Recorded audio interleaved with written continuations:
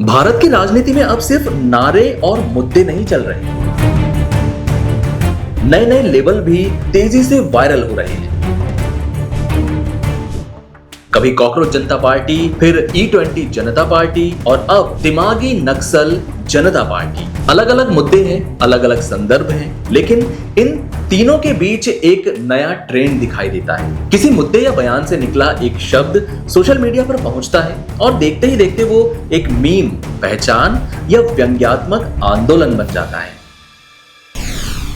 शुरुआत करते हैं कॉकरोच जनता पार्टी से। मई 2026 में सुप्रीम कोर्ट के CJI सूर्यकांत की एक टिप्पणी को लेकर विवाद हुआ। बेरोजगार युवाओं के संदर्भ में कॉकरोचेस और पैरासाइट्स जैसे शब्दों की चर्चा हुई।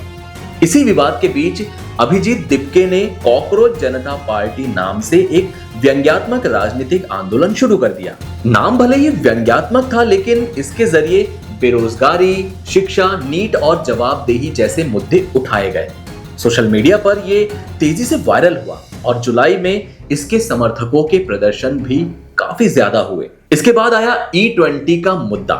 पेट्रोल में 20% तक एथेनॉल ब्लेंडिंग को लेकर देश में बहस तेज हुई। समर्थकों ने इसे एनर्जी सिक्योरिटी और पेट्रोलियम इंपोर्ट्स पर निर्भरता कम करने की दिशा में कदम बताया, जबकि आलोचकों ने माइलेज, पुराने इंजन और कस्टमर्स पर असर को लेकर सवाल उठाए।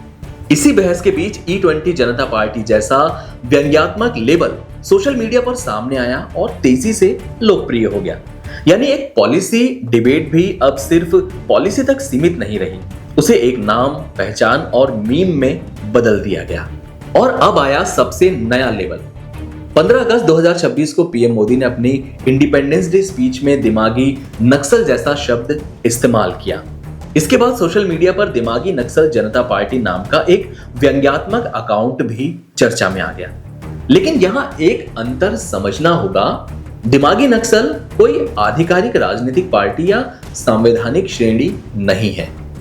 यह एक राजनीतिक लेबल है जिसका इस्तेमाल सरकार के आलोचकों या कथित वैचारिक समर्थकों को माओवादी विचारधारा से जोड़ने के संदर्भ में किया जा रहा है।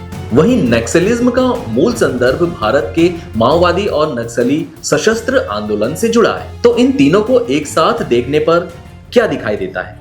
एक नया पैटर्न। पहले कोई शब्द या लेबल बहस में आता है, फिर उस पर विवाद शुरू होता है और फिर सोशल मीडिया उसे मीम, आइडेंटिटी या व्यंग्यात्मक आंदोलन में बदल देता है। यानी अब बहस सिर्फ मुद्दों पर नहीं होती, कई बार मुद्दों के साथ जुड़े लेबल्स भी अपनी अलग अलग जिंदगी जीने लगते हैं। एक पक्ष किसी व्यक्ति, समूह या विचारधारा को एक नाम देता है, दूसरा पक्ष उसी नाम को व्यंग्य में बदल देता है, उसे अपनाता है या उसके जवाब में नया नाम बना देता है।